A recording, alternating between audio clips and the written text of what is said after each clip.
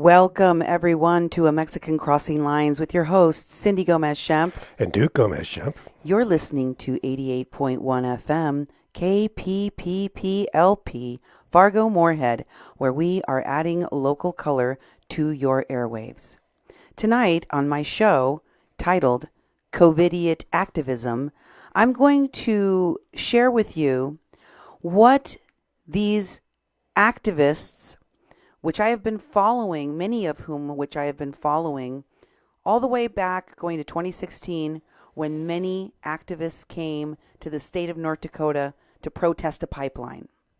Many of those folks were repurposed for disaster relief in places like Houston and Puerto Rico after Standing Rock. And then they formed the Border Support Network, a group of organizations, nonprofits, and Antifa-connected activists that have been investigated by the Department of Homeland Security, Interpol, CBP, and many other agencies for being part of criminal activity, including smuggling of people, attacks on our border agents. And I'm going to be talking about how those Covidiot activists are getting involved in protesting during a pandemic.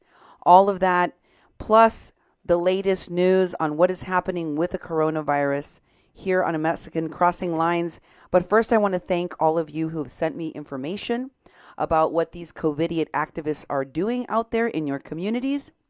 And I want to invite everyone to share these programs and like our pages, and of course, support your local independent news radio station, because especially during a pandemic, we are very necessary.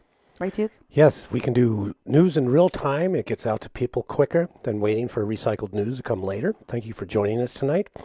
You can find us on Facebook, obviously, because we're doing a stream, but we're also broadcasting on 88.1 FM Fargo Moorhead. You can find us at FM 88.1 FM radio on Facebook. You can find us at the People's Press Project and also at Mexi-Can. You can also give us a call if you want to leave us a voicemail. We have a voice message line, 701-566-0917. Again, that number is 701-566-0917. You can tweet us at media_PPP.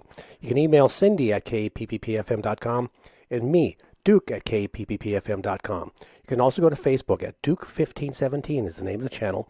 That's where we'll premiere these videos on YouTube at Duke1517. Also, you can go to kpppfm.com. That's our main website. Look around, see the programs we've done. If you've missed some, you can go back and look at them and see our other programming. And also, when you're there, if you would support us by making a tax-deductible donation, you go to kpppfm.com/donate. Exactly. Well, let's get right to the numbers. Let's look at where we are in terms of total cases worldwide. Right now, we are standing at 850,000 cases, 850,583 total cases worldwide. The U.S. is now leading the world in confirmed cases of COVID-19 at 184,000 plus. Italy is at 105,792, and Spain is at 94,417. The numbers just keep climbing. Also, we are at 41,657 deaths, 54 deaths, worldwide. Now let's take a look at the United States.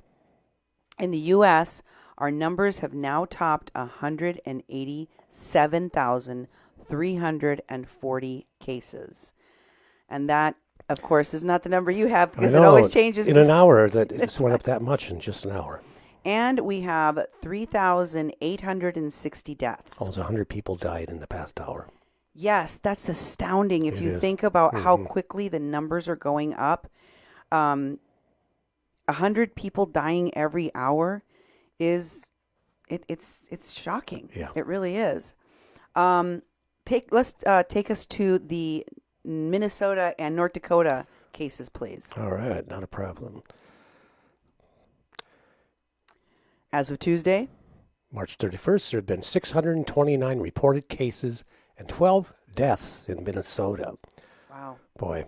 And then in North Dakota, total positive cases 122, and 3 deaths, hospitalized 20, recovered 25. Now, we also have basically 13 new cases in North Dakota in the past day. So in the past day, 13 cases have been reported, tested positive, and 9 of those cases were in Cass County. That's our county. That's where we live. Oh, And scary. most of them are women. And if you look at the contact and you look at the age, there's a Wow, woman most of the women are in their 20s. Yeah, 20s and 30s, and a woman in her 50s and a man in his 60s. But they always investigate how they caught it, whether it was travel, Right. person-to-person, close contact. And 3 of these are close contact. All of the rest of them are under investigation or were because of community spread. Yes. So this thing That's shocking. spreads.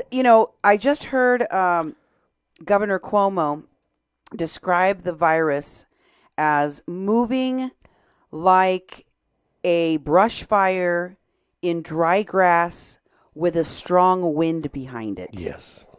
And we don't know enough about how this is transferred, how this is contracted by other folks. So it's very important for people to heed the warnings to stay at home. We just listened to the press conference with the president, and one of the questions that he received was about the spray and how far it can travel. An MIT professor has been quoted as saying, associate professor Lydia I'm going to murder the last name here, Boroiba, said that the 6 feet distance guidelines, social distance guidelines, are woefully inadequate, and that the coronavirus can travel 27 feet and linger for hours, rather than the assumed 6 feet, which is what we are practicing currently under social distancing. She was quoted as she warned that, quote, pathogen-bearing droplets of all sizes can travel 23 to 27 feet.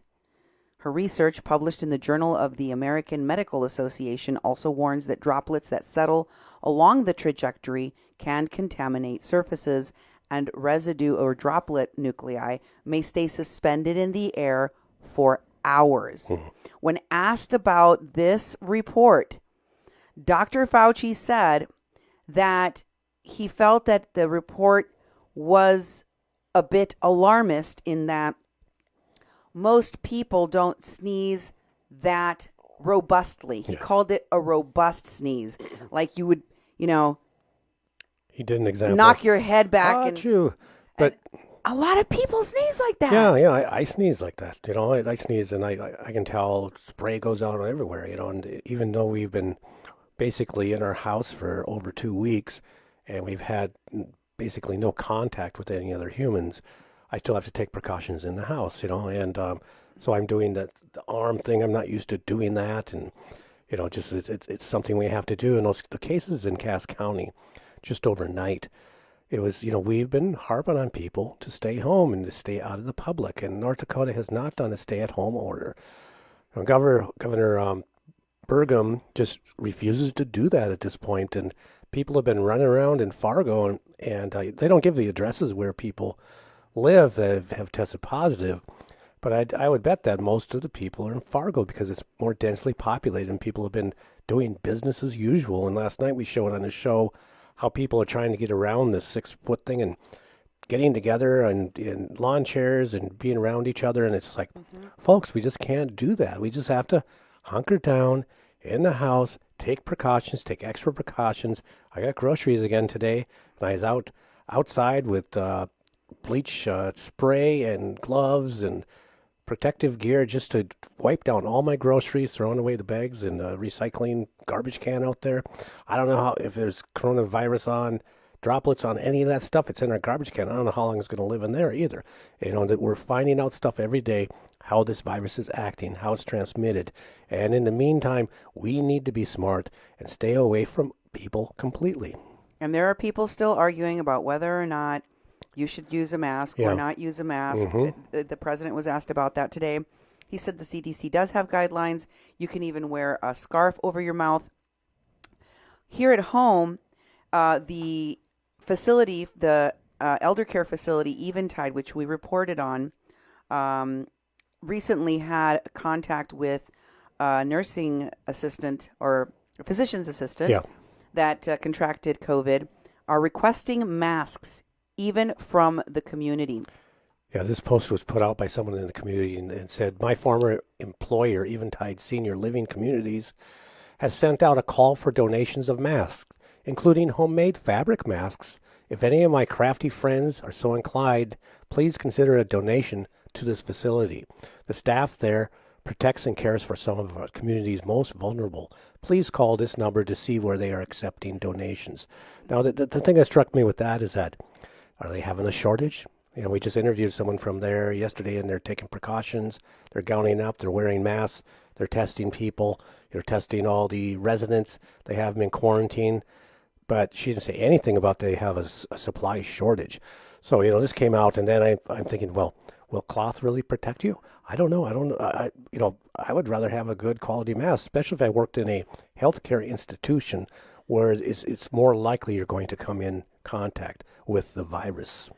Well, regardless of whether or not people want to wear the masks, places like Eventide are requesting them for their workers and for their residents. And maybe as time elapses on, we will continue to see people ramp up the protection that they use. I mean, we just had all of the folks that went back to Capitol Hill to vote on the stimulus package. And that guy from Kentucky, the representative from Kentucky, was going to try to force a, what do you call it? A voice? It's in-person vote. I forget the name of it, the voice vote. Representative Thomas Massey from Kentucky. Yeah. He planned to try to force a recorded vote on the stimulus package, which required a quorum of at least 216 members in attendance. He failed at that effort, and the bill ended up passing by a voice vote. But a number of Congress people did go back to Washington to prepare to pass this stimulus package. One of those people, Representative Nadia Velasquez, has now tested positive for the coronavirus just 3 days after she spoke on the House floor and stood next to 80-year-old House Speaker Nancy Pelosi during the signing of the stimulus bill. Wow. And I'm thinking they are still having these press conferences in person with people in the room. They are still having people on the Hill in person in close proximity. I don't see them taking people's temperatures. I don't see people wearing masks. Maybe as more and more people contract the virus, especially older individuals like this representative and the other people that she might have come into contact with, then maybe they'll start wearing masks. Maybe they'll start taking people's temperatures. I mean, and they're on recess now. The whole thing is that they're off and they're supposed to come back, I think, on the 20th or something in April. And now they're going to extend it till the 30th, so people can be away from each other. The government still has to work, but they're not in session. They don't need to parade around to press conferences. They can do what the late night comedians are doing and just do a broadcast from their home or something. Get on that Zoom program and do meetings together where you can see each other with your little camera on or your phone, or do a Facebook Messenger video chat. And there's all sorts of tools available that are pretty prevalent in phones almost everywhere, that they don't need to be getting together. They don't need the slick podium and a flag behind them and emblems and stuff. Because every time they do that, they bring people from the community together, and they bring the media together, and it's creating more and more risks. And the thing is that what if they've already put themselves in a dangerous position, and it just takes a little time for this thing to surface once you're exposed. And sometimes you don't feel symptoms for a long time, but sometimes, boom, you are sick and you are in the hospital like right away. Yeah, I mean, some of these people have a sudden onset of symptoms right after they come into contact with someone with the virus. Yeah. So it's very, very fast moving. And as these cases continue to double and we're seeing more and more deaths, businesses are starting to take, different actions. Precautions, yes. Yeah, Walmart is now going to be testing all of its associates' temperatures and making people wear masks and gloves. Instacart recently had a strike of its workers because they're demanding that Amazon, the parent company, give them the hazard pay, the PPE, the precautions that these folks need because they're risking their lives. Yeah. Another warehouse has strikes from Amazon as well. People are striking because they want to be protected. They don't want to risk their lives to do their jobs. And that's really important because Instacart, for example, is a company that delivers our groceries. And our salvation right now is we get our groceries delivered. If they had no people working for them and they just quit delivering groceries, I'd have to go to the grocery store. There's some other alternatives. There are other stores, and there's DoorDash. There's a few other things I could do. It would be more expensive. It's already expensive enough. I'm paying an extra $10 to $12 each time I order groceries, and I only live 4 blocks away from the grocery store. And Amazon is where we're getting stuff we need, because we aren't going to the stores anymore. They're starting to ship their stuff a lot slower. I just ordered Q-tips, and menstrual pads and a few other household items.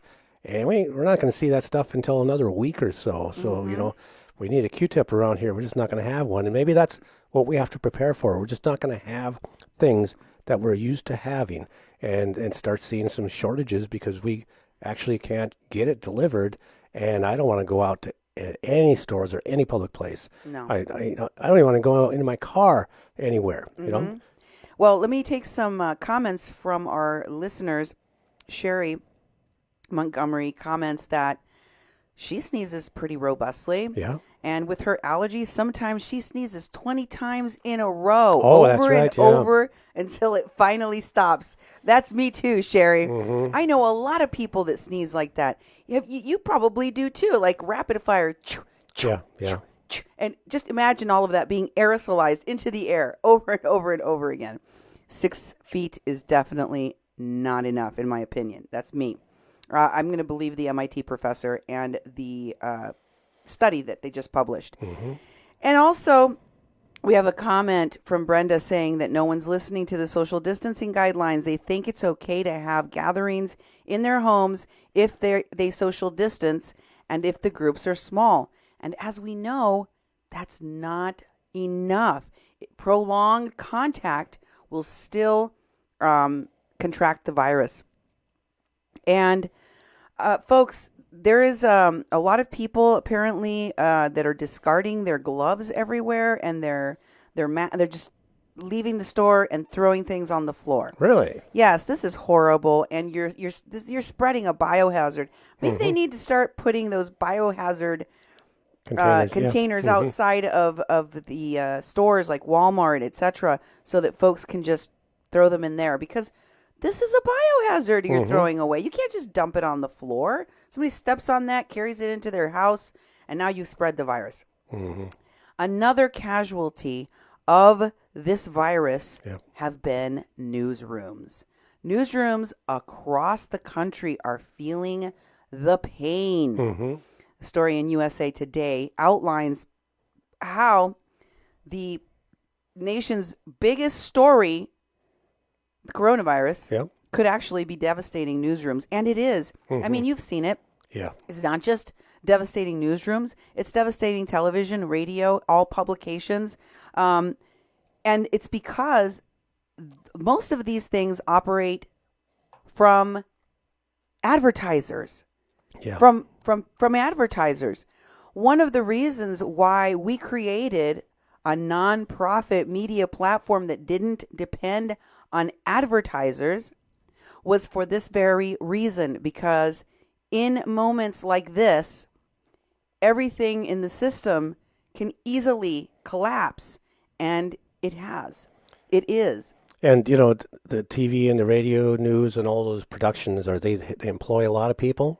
It's great. People have jobs. But people have specific skill sets. Not everybody knows it. Cindy and I used to do media training when we worked for the High Plains Reader, and we'd go visit journalist students and communication mass comm departments in the colleges locally. And Cindy's message was to them, they had to be able to do much more than just write. They had to be able to do video, multimedia. They had to use technology. They had to learn a lot of trades to be successful in media. And we look today, our local media stations are losing people. It's getting harder and harder for them to produce the news. And then if the journalists go home, or the newscasters, the people that do the reporting, go home, they don't have the equipment to do it. They can set up like us. So, we're doing stuff where we just have webcams and some lights and have developed a lot of knowledge about software and gotten free tools off the web to be able to do these productions. Our production hasn't changed at all, but because we happen to have a home studio, which is very convenient at this time because we are at home. Yeah, so we can continue to bring folks the news, and we can continue to support the local media platforms, because they are getting hit hard. Even big media platforms like CNN are losing people to COVID. And by losing, I don't mean dying. I'm saying they can't be in the newsrooms because they've contracted the virus. Yeah. So they have to do things from home. Chris Cuomo just tested positive over at CNN. He's going to work out of his basement, too. More and more people are going to have to do this from home. And you're not going to have a cameraman. You're not going to have lights, and you're not going to have somebody that's over there working your teleprompter, or, you're going to have to be self-sufficient and do this all by yourselves.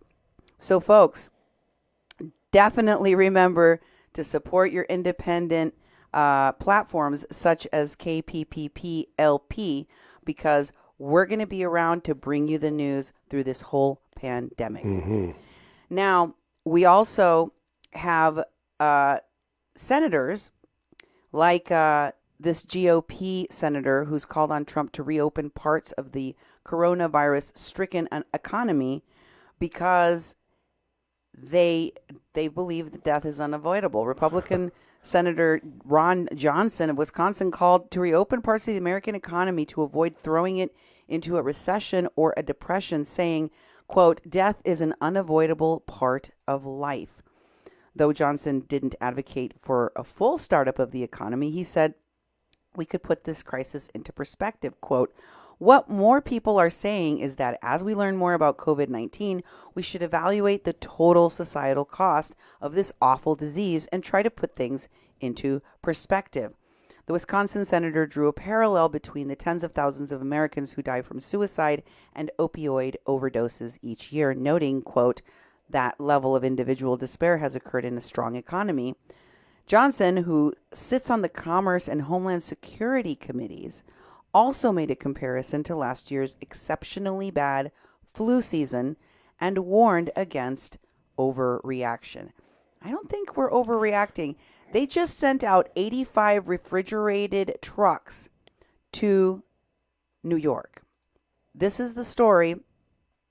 FEMA has just sent 85 refrigerated trucks to New York City to store the bodies of COVID patients that pass away. That's horrible. This is what the reality is, folks. And here is a story from the UK about a group of people that went to a funeral. Remember when I told you how sad this disease is going to be in the end stages, because people will go into the hospital alone. They won't have their families with them. They won't be able to have people check in on them or visit them. Even in death, people will lose their lives if they try to attend the funerals. This is a cautionary tale. 17 members of a British family caught the coronavirus after attending a funeral. Wow. So this is going to continue to escalate in seriousness, and what we have to do in response to that to protect ourselves. Folks, you can't be having sandbar parties. There is a post about a local Actually, it was one of your sisters, Duke. I'm just going to tell you. Oh, yeah? Yeah, one of your sisters posted this. Oh, yeah, It yeah. said, It was in Bismarck.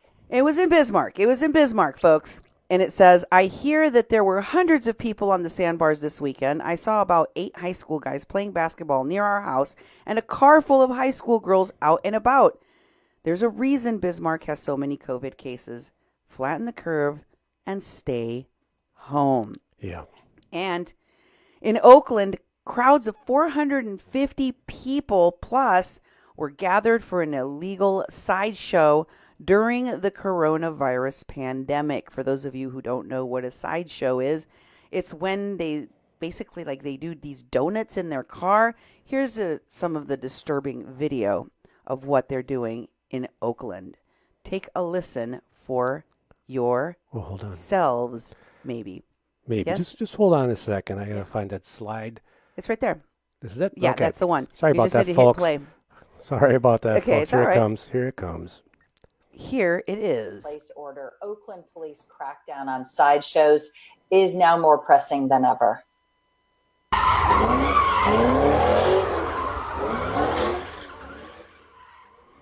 Authorities say this past weekend, 450 people gathered to watch drivers perform dangerous and illegal stunts. 3 people were arrested, 14 others cited, and 12 cars were towed. Videos posted online show people defying the stay-at-home order and instead crowding intersections and cheering on the sideshows. Police say their weekend enforcement will continue.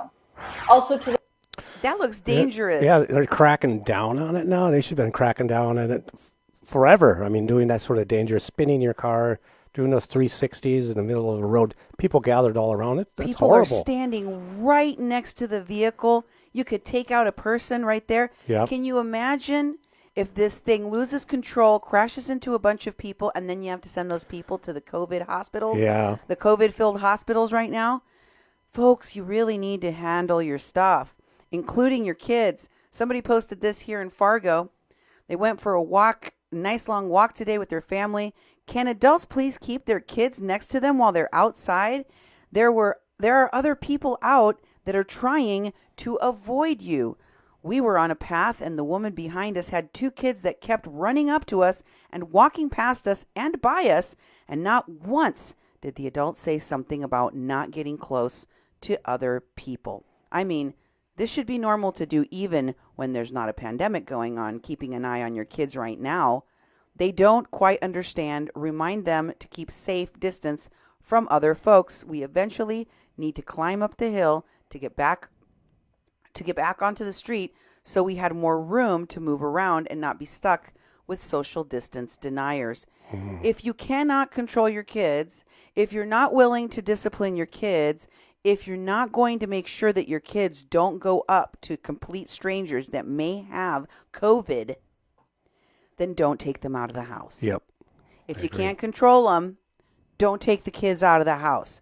Leave the kids at home if you can't hold on to your kids, because the kids are putting other people at risk. Now, let's check out what's going on in churches. Right now, people are still holding mass or services. Yep. And of course, this virus just continues to spread. A pastor, his wife, and over 30 parishioners at an Arkansas church all tested positive for this virus. But that's not the only thing that's going on. As the title of my show implies, there are activists that are just itching to go out into the public and organize people to protest. In particular, a group I told you about here many months ago called Refuse Fascism. Some of the signatories on this group are none other than former, he campaigned for Congress in North Dakota, Chase Iron Eyes of Standing Rock fame. And one of the Weather Underground, Bill Ayers, who is a domestic terrorist. Mm-hmm. And I told you that this Refuse Fascism group is primarily an anti-Trump, anti-Pence, abolish ICE, anti-immigrant, anti-open borders group. And they have organized rallies and protests that are going to be happening in Times Square on Monday against the president's response about the coronavirus. Refuse Fascism previously has held protests outside of the Senate's impeachment proceedings and organized simultaneous protests in other urban areas nationwide. The protesters understand the danger involved in ignoring the coronavirus social distancing guidelines issued by the government officials, according to their organizer, Emma Kaplan. Kaplan said in a statement that she viewed Mr. Trump and Vice President Pence's response to this crisis as, quote, killing people and threatening humanity. So her group feels compelled to gather in New York City despite the public health concerns. Oh, my God. Quote, like the brave healthcare workers in the hospitals, we know public protest is a risk to take. But what we fear more is what will happen to humanity at Trump's hands if we don't demand action now, said Kaplan. Are you kidding me? You're going to put the lives of other people at risk to go protest, and you're going to have the audacity to compare yourself to our first responders and our doctors and nurses? Dude. Boy, and also it's a very ineffective protest. I mean, the protests have been happening for the past, 10 years. Yeah. They don't work. Those sorts of strategies are not working because you just get a bunch of people to stand up and yell and scream and hold signs and blah, blah, blah, block doorways, get arrested. They call it civil disobedience.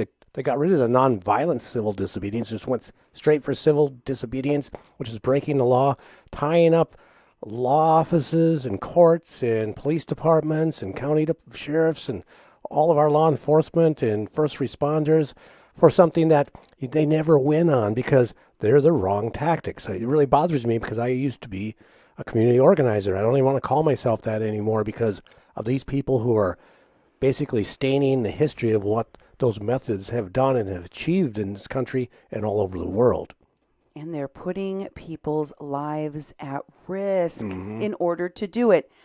I want to share with you a video from the media platform which was birthed at Standing Rock here in North Dakota, Unicorn Riot, and what they're doing as part of their media activism along with these Covidiot activists. Take a look for yourselves.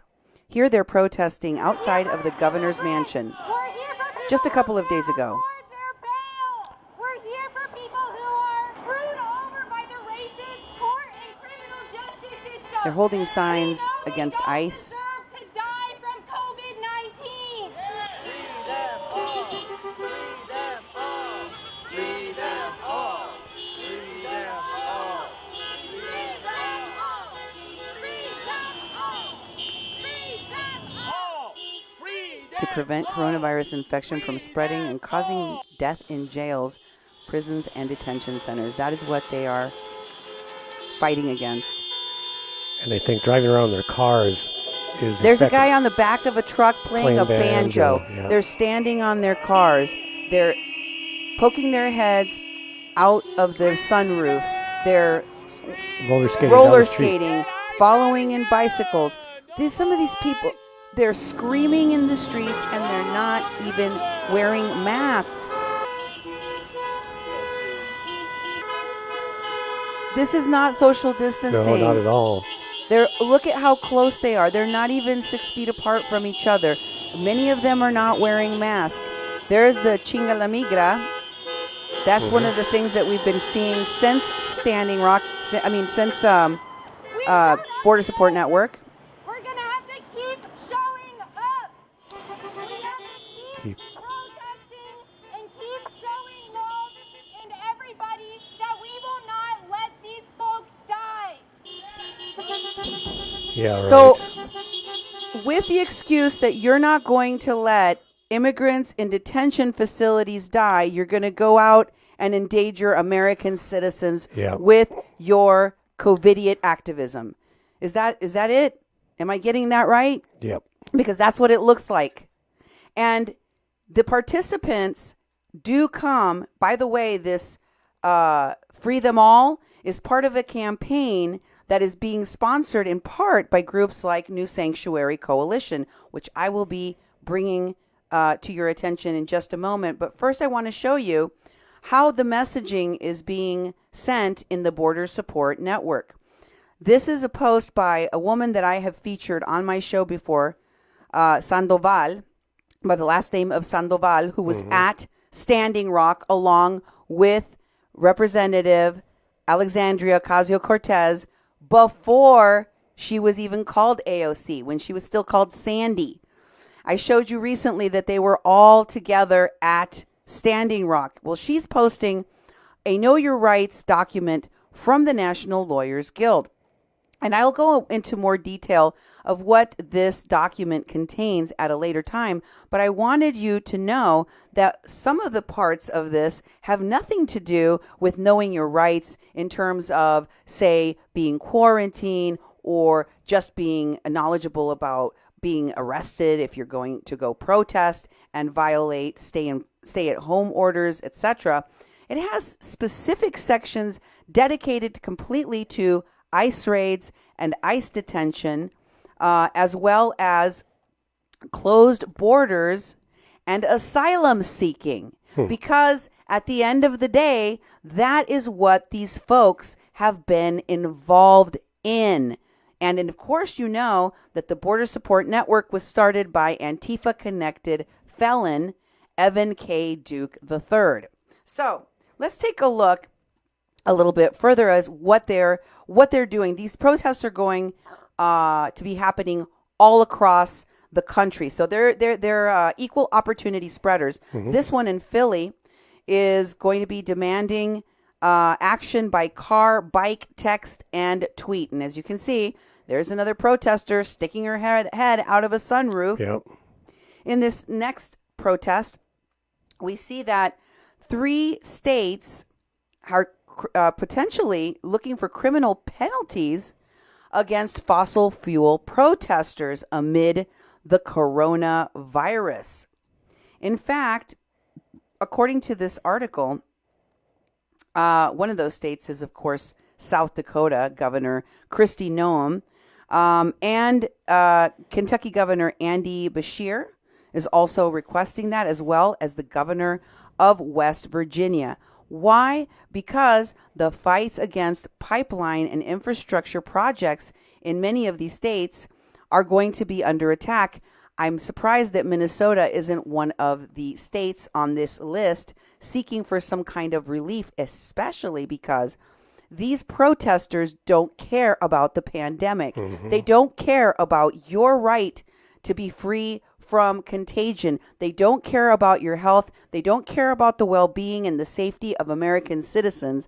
What they care about is continuing their organizing campaigns. And perhaps maybe their funders require them to do so. Perhaps maybe if they don't deliver, they won't continue to fund them. And these folks, it is after all their jobs, need to continue to do their jobs, but at the risk of the rest of Americans. And that, to me, is simply unacceptable. Yes. Let me show you what the Democratic Socialists of America are planning in San Francisco. They call it COVID safe. How are any of these protests putting people at risk on our streets safe? Because they're in their cars. They feel that they can go ahead and do this, and at the same time complain about the president's handling of the pandemic and call him a racist. Do you see how this messaging is aimed specifically at, it has a political agenda behind it? Oh, yeah.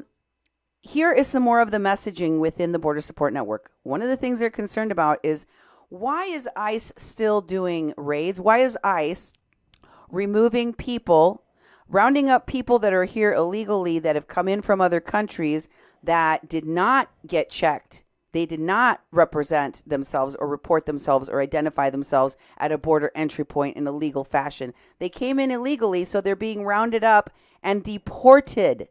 And they're upset in the Border Support Network that they're doing their jobs with masks on. Oh, yeah. The good ones, N95 masks. How come they have them? Why are they being issued masks? Oh, my goodness. Because they're our first responders, because they're part of our law enforcement. That's why. Here's another thing they're concerned with. Migrant kids being moved around and deported, okay? This is another Border Support Network post of a BuzzFeed article that says the Trump administration is now deporting unaccompanied migrant kids due to the coronavirus. Yes, in a major departure from previous practice mandated by federal law, the Trump administration has begun quickly deporting immigrant children apprehended alone at the southern border. Administration officials say that they're following public health orders designed to prevent the spread of the coronavirus in the U.S. But opponents say they're using these health orders to skirt federal laws that govern the processing of unaccompanied minors. The New York Times first reported that the Trump administration would apply to unaccompanied children from Central America a March 20 order issued by the Centers for Disease Control and Prevention, the CDC, that bars the entry of those who cross into the country without authorization. Previously, unaccompanied children from Central America picked up by Border Patrol agents would be sent to the Office of Refugee Resettlement, where they would be housed in shelters across the country as they began officially applying for asylum and waited to be reunited with family members in the U.S. On Monday, a U.S. Customs and Border Protection official confirmed to BuzzFeed that the agency was now applying the CDC order to children. All aliens CBP encounters may be subject to the CDC's order suspending the introduction of persons from a country where a communicable disease exists, dated March 20, 2020, including minors. Read a statement from CBP. When minors are encountered without adult family members, CBP works closely with the home countries to transfer them to the custody of government officials and reunite them with their families quickly and safely if possible. The statement noted that there is discretion for the agency to exclude certain unaccompanied children from the order if, for example, they show signs of illness. Well, let's take a look at what these Covidiot activists are doing at these camps with migrants in, for example, Matamoros, Mexico. Matamoros, Tamaulipas, right across the border from Brownsville, Texas. Take a look. This was posted in the Border Support Network today by Felicia Rangel Zamparano. And what are they doing? They're passing out tablets. They're passing out, this is for their little school that they have. Okay. They're passing out face masks, not the good kind, not the N95. Look at the conditions that people are in. Are they social distancing in any way? No. And they're living in these huts, shacks, basically, tents, that do not provide close quarters to contain the virus. Take a look at what they posted underneath these photographs. It says, the sidewalk school staff handed out a few of the tablets and a lot of face masks this afternoon as it started off kind of rocky, but we finally figured it out. So it says, if at first we couldn't keep but drawing a crowd no matter what we said or how much we moved. They kept following, but we finally figured it out. Toward the middle and end, we were able to social distance so the students can get their tablets safely. Yeah, afterwards. Toward the middle or the end, are you joking? You do not do the social distancing well, and you cannot keep people in a camp.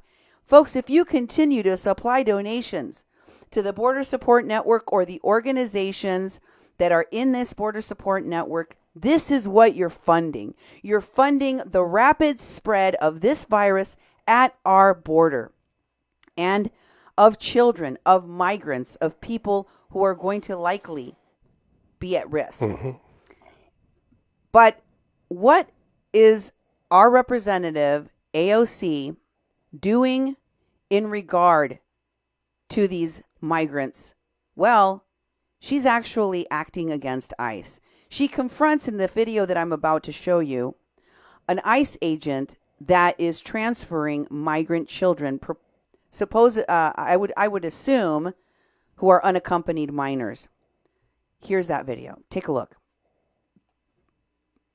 While the Pentagon has paused all domestic travel for the military, while everyone is working from home, while we are while we were then on the brink of instituting a shelter-in-place policy, you still have ICE that's trafficking children across the country. AOC confronted an ICE agent who was transporting kids. Was there guidance about transporting these children? I was called by a community organization, New Sanctuary Coalition, and there was an anonymous tip that there were 6 young children being transported by ICE into New York City in the middle of a coronavirus outbreak. And I had gotten this call on a late Saturday night, and I was asked, can you go to LaGuardia right now? So we hop in, I rush to LaGuardia Airport, and I just took all of my congressional credentials with me, and I just waited outside of the gate where families come out of the airport. And I waited there until I saw an ICE agent with about 6 young children with him. Who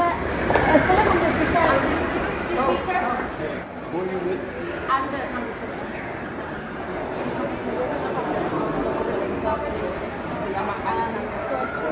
The thing is, I'm not allowed to talk to you. Is there a supervisor I can talk to? You can call. Do minors have representation? Do these minors have Or the representation? attorneys? Yes. Or do you know where they're being transported? I do. I can't tell you. Okay. Was there guidance about transporting these children? That's when we started to realize that, meanwhile, while the Pentagon has paused all domestic travel for the military, while everyone is working from home, while we were then on the brink of instituting a shelter-in-place policy, you still have ICE that's trafficking children across the country. And not only that, but there are immigrants in detention centers that are getting even less attention because the federal government argues that they are entitled to less human rights than the rest of us. That take into There account are the ICE ongoing detainees that are on pandemic. hunger strikes in New Jersey in several different facilities. You have folks in Rikers who are also starting to organize their own strikes, and that they are not leaving their facilities. They are not going to their labor assignments, which we shouldn't even have mandatory labor assignments where prisoners are paid slave wages.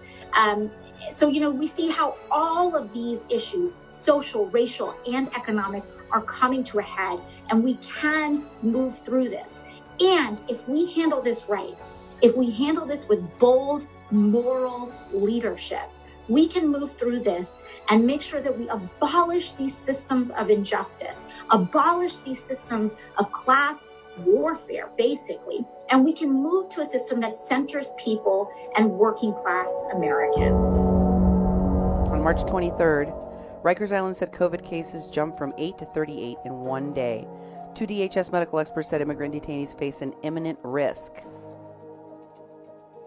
and suggest Congress release all detainees who don't pose a safety risk. This was a Now This production. Yeah. Now, folks, let me explain something to you, okay? I'm going to explain something to you. All right. This is a pandemic.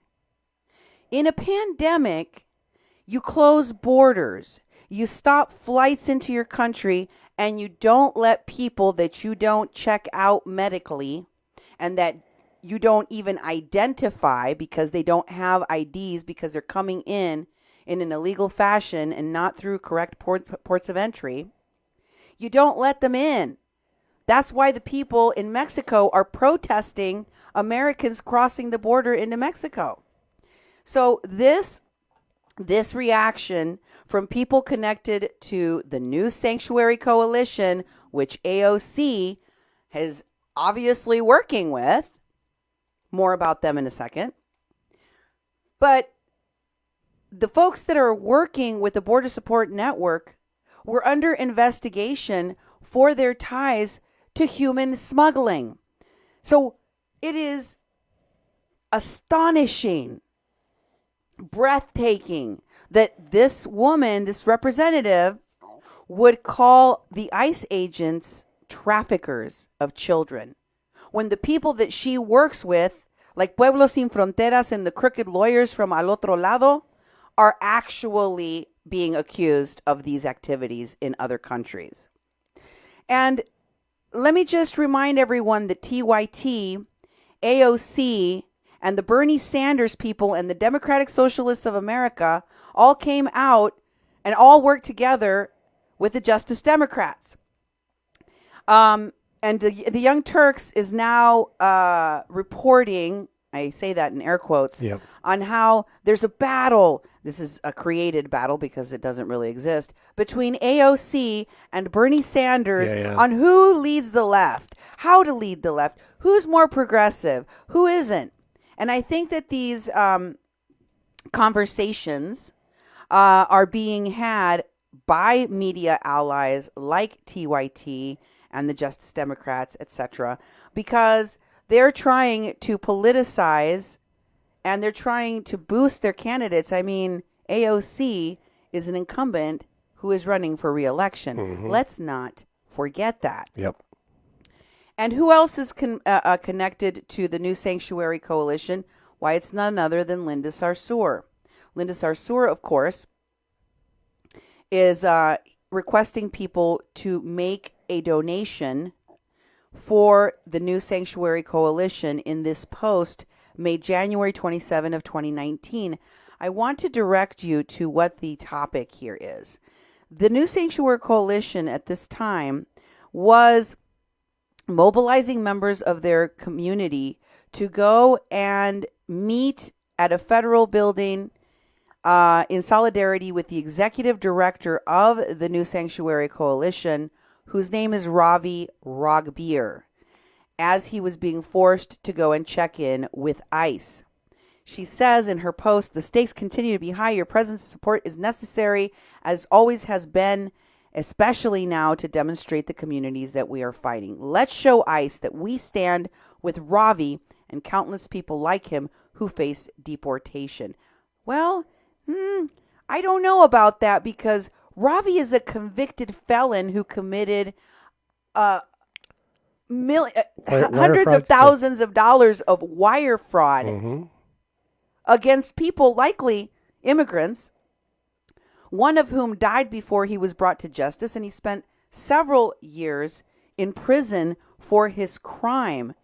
That is the person that they are fighting to defend in that post, that Linda Sarsour is fighting to defend in New Sanctuary Coalition, the group that AOC is working with. That is the guy who signed a confession saying of the people that recruited him to commit this fraud, this banking fraud, quote, "He told me that he wanted me to do business with him through my company, HFC, and set up real estate loans for people that he would then send to me as referrals. He told me that he wanted to get the money from the loans and would send people to me to use false names and information, and offered me 1.1% of each loan as a kickback.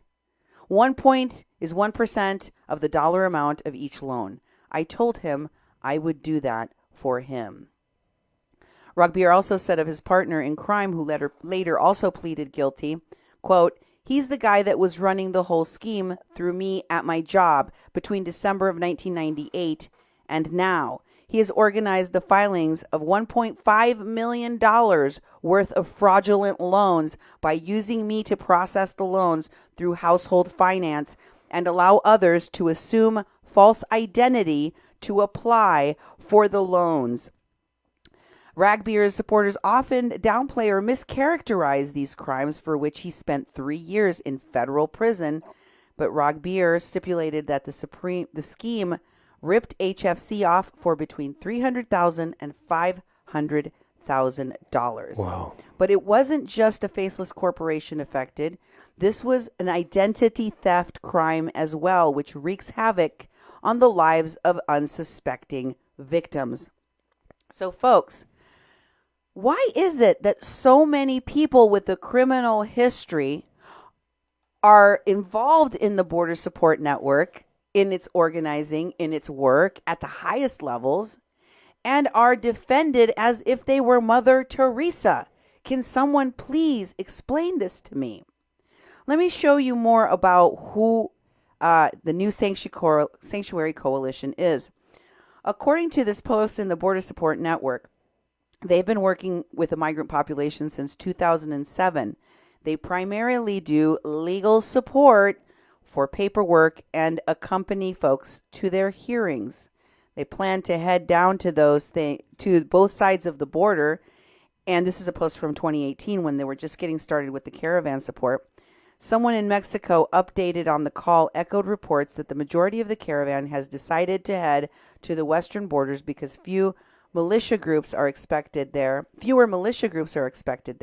So it sounds like everyone is going to be focusing on San Diego and the Tijuana side. This is what they were doing and what they continue to do now. The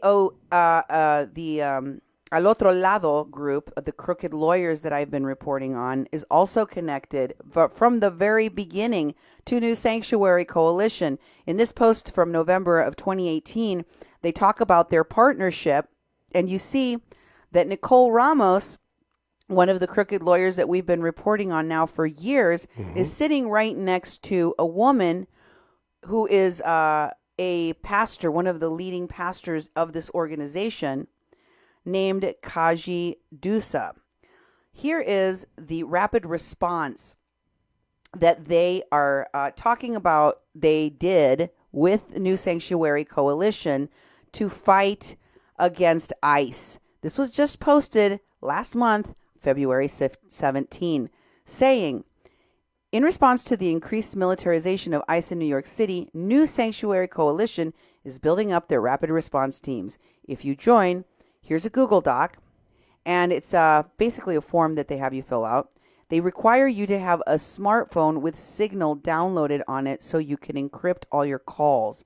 And if you aren't yet aware of what's happening, there's an article from Slate talking about how Trump has deployed elite border agents to sanctuary cities to round up people who are here illegally. Why is it that Al Otro Lado and the New Sanctuary Coalition and the folks that are involved in these groups have such an invested interest? Well, because they're all part of a smuggling operation to bring people into the country illegally. In this post from Al Otro Lado, they bitterly complain about the surveillance that they are under, which is linked in an article from the Boston Review. Quote, Al Otro Lado's staff has been under siege in Mexico for more than a year. The harassment against staff has included death threats, smears, and harassment, including being photographed and followed in Tijuana. All three of our directors were on the government surveillance list that leaked in March. It's so absurdly clear that those currently in power are perfectly fine with fascist tactics to disrupt the protection of human rights. Yes, this is our new reality. We will never back down. We stand in solidarity with our fellow defenders. Could you put this back up for just a second? I want to show people who they tagged. Who are the groups that were tagged working with New Sanctuary Coalition and Al Otro Lado? For those of you who are not new to my show, you've probably seen all these names before. But here they are. Pueblos Sin Fronteras, Border Angels, New Sanctuary Coalition, and the National Lawyers Guild, all working in tandem. And here's a post from Kaji Dusa, and she's talking about going with Al Otro Lado to do, all of these different events, along with Border Rights Project, the Immigrant Defenders Law Center, CARE of San Diego, and the Boston University. They're conducting workshops about the religious society and immigration. And Kaji Dusa, is very close friends with Nicole Ramos. They had a very close friendship over the years since 2018 as they worked together with the Pueblos Sin Fronteras group, and they were performing fake marriages in Mexico. Kaji Dusa was being investigated for immigration fraud. Here's a post by Andy No, a reporter, in which he shows that there's newly released documents, this is in January, that show that there's a lawsuit showing that the U.S. border law enforcement were investigating a female pastor by the name of Kaji Dusa, open borders activist, for allegedly conducting for her alleged connections to Antifa and immigration fraud. According to an informant, Dusa facilitated migrant marriages for immigration purposes. We've been telling you for several years now that those fake marriages were defrauding the American government and the immigration system, and we showed you proof that they were doing them. Here is one of the posts in which Nicole Ramos from Al Otro Lado brags about the wedding that they performed, just one of the many weddings performed by people within the new Sanctuary Coalition clergy, to include the woman I just showed you by the name of Kaji Dusa. Let me share with you a video from one of my colleagues at Border Network News, Oscar El Blue Ramirez. He was videotaping at the border entry point into Tijuana, Mexico.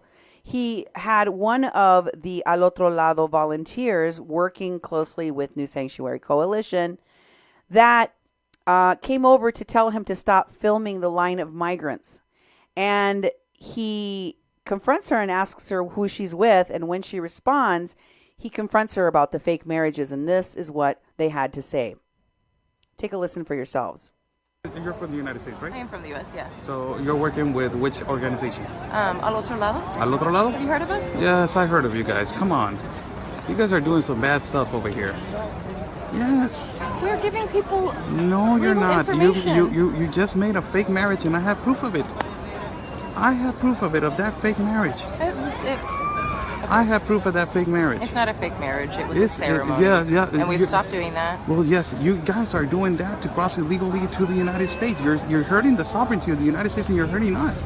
All right. Do you understand? And she's off. Goodbye. Do you understand? Yeah, I understand. I'm out of here. Let's take a closer look at Kaji Dusa's report. San Diego Spellman, the San Diego Sector Intelligence Unit is investigating Kaji Dusa. Spellman is her full name. She doesn't use her full name on social media.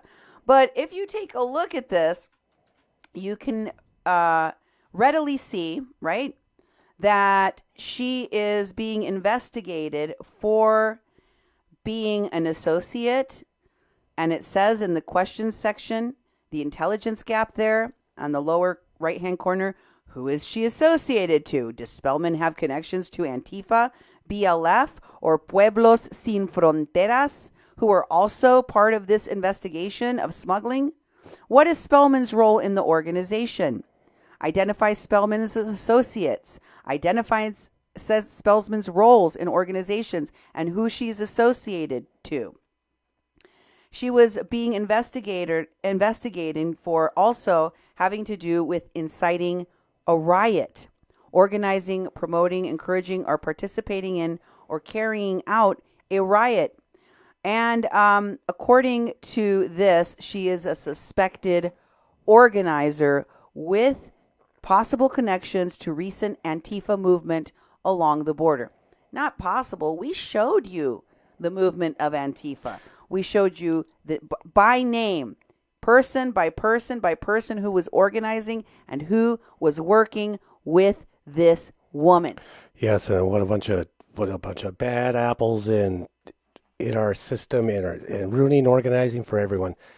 You're listening to KPPP LP 88.1 Fargo Moorhead, adding local color to your airwaves. And we always bring the receipts. Let me tell you what Pueblos Sin Fronteras leader Irineo Mujica is doing right now. He is complaining with his mask tied around his throat because he's not wearing it on his face where it should be. And he is making a rant video on his Pueblos Sin Fronteras and his personal page, complaining about the migrants and how they're trapped in Mexico, how they're unable to travel. He's very upset. He's making demands that the Mexican government do something immediately to protect the migrants. the migrants who entered by force illegally into Mexico and are now not being received in Mexican shelters. In an Univision interview that I read this afternoon, he was quoted as saying that now migrants, they can't help them. Pueblos Sin Fronteras, Irineo Mujica, they can't help them anymore because everyone is scared that they may be carriers of COVID-19. In fact, in many shelters, they will not receive any migrants anymore. All they can do, he said, is offer them a face mask and a place to quarantine by themselves. So these folks, they have been trafficking people, they have been smuggling people, and they have just gotten stopped in their tracks by this virus. In fact, recently, Frontline Americans Ben Berquam, BNN's Anthony Agüero, and Oscar El Blue Ramirez went to the southern border of Mexico at Tapachula, Chiapas, crossed into Guatemala just before the orders were given by the Guatemalan government to close their borders. And the caravan that was supposed to be traveling into Mexico was stopped. Headline news in Tapachula, Chiapas, reported on BNN. Check out that channel and you will be able to find all of the reports about what was going on with the folks that were helping move people in the caravan. And of course, they're livid. Their business just dried up. So let's look at Pueblos Sin Fronteras posting on their page the message of let them all out of the jails, let them all out of the detention facilities that is being sent out by members of Congress like AOC comes directly from these criminal enterprise organizations. Take a look at this press release on their page. I know it's in Spanish, but it literally calls this crisis a death sentence for the 1.5 million people who are in detention facilities and prisons in the United States. They want every prisoner, every detainee to be released. In fact, there are some of the people that are pushing this campaign to release them all. Here is Pueblos Sin Fronteras post promoting the Release Them All campaign, hashtag Release Them All, that you saw on the protesters' cars that we showed you at the beginning of this segment. And they're saying here that over the past few weeks, Pueblos Sin Fronteras has been collecting testimony from dozens of migrants who are stuck in immigration jails all around the country. And you hear in the video that is attached to this post, the phone calls, the audio where they denounce unsanitary and unsafe conditions in jail. Is there any physical evidence of this? Not a shred. But that doesn't seem to matter because they're still going to go out and protest and put everyone's life at risk to shut down all detention facilities and jails and to have every one of these people released. Will it happen? I really doubt it. Are they still going to try? Yes. Take a listen from Pueblos Sin Fronteras page on one of the protests they're doing right now. One of the ones they just did recently. Hey everybody, this is Pueblos Sin Fronteras live from San Diego. Hola todas y todos. Este es Pueblos Sin Fronteras en vivo desde San Diego. We're here at a car rally organized by Otay Mesa Detention Resistance, which is dedicated to fighting to shut down the Otay Mesa Detention Center, ICE Detention Center. Estamos aquí en una manifestación en carros organizado por Otay Mesa Detention Resistencia, que está dedicado a la liberación y el que se acabe con el centro de detención de ICE de Otay Mesa y la liberación de todas las personas detenidas ahí. Ahora estamos aquí exigiendo que liberen a todas las personas detenidas por la pandemia del coronavirus. We're here demanding that ICE release them all, release all detainees because of the COVID-19 pandemic.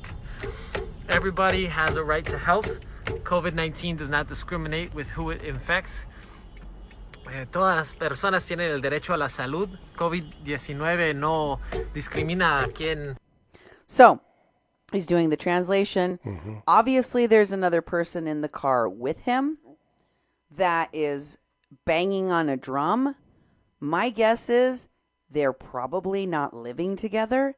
They're putting multiple people in the same car to go do their car protest. But are they observing the proper protocol? Well, let's take a look at a different video from the same day, from the same protest, and see for ourselves if they're following all of the safety protocols that one would expect. Here it is. Bueno, ya estamos empezando el video aquí. There's a bunch of people right there. Sí. Two of the people I've seen so far are not wearing masks. One guy's just strolling by, and there's a whole line of cars standing behind that guy. They've got one person filming. Cars are filled with people. They're sitting on the road, on the side of the road. And the man filming this for Pueblos Sin Fronteras, who is bilingual and I believe to be organizer Tristan Call, I kind of recognize his voice after so many years. All of those people making their signs are standing outside of their vehicles. Yep. They're not all staying inside of their vehicles, folks. They're standing outside of their vehicles at every single one of these protests I've shown you so far. Nobody is adhering to social distancing, proper social distancing, and staying at home policies to protect us from this pandemic. They're not doing it. And they will continue to use this rhetoric that the lives that they're trying to save and protect are the ones of migrants, when they should be trying to protect the lives of Americans, citizens, themselves, and everyone around them. You don't get to put other people at risk just because you got to continue to do your organizing. And especially disgusting is this New Sanctuary Coalition post in which they compare what's happening with their Free Them All campaign to the death of Jews in gas chambers, such as Anne Frank. Wow. It says here, Anne Frank did not die in a gas chamber. She died of an infectious disease in a concentration camp. ICE must free them all now. Until then, we will be raising emergency funds for bonds. Donate. Let my people go. Hashtag let my people go. We cannot wait another day. This is the type of inflammatory rhetoric that is being used by this organization that anonymously called AOC. So that you could think that perhaps she doesn't have to do with them very much. She randomly... This woman, and not just her, the Democratic Socialists of America, Ilhan Omar, Rashida Tlaib, Jayapal, many others which I have featured on my show, are all working in tandem with activists connected to these smuggling operations in Mexico in the Border Support Network. And they continue to promote their campaigns and their Covidiot activism even during a pandemic, putting you and me and all of the people around them at risk. And I will be diving much more into this and the other groups that are doing this Covidiot activism in my upcoming shows here on A Mexican Crossing Lines with your host, Cindy Gomez-Schempp. And Duke Gomez-Schempp. You've been listening to 88.1 FM KPPPLP Fargo Moorhead, where we are adding local color to your airwaves. Have a great night, and God bless you.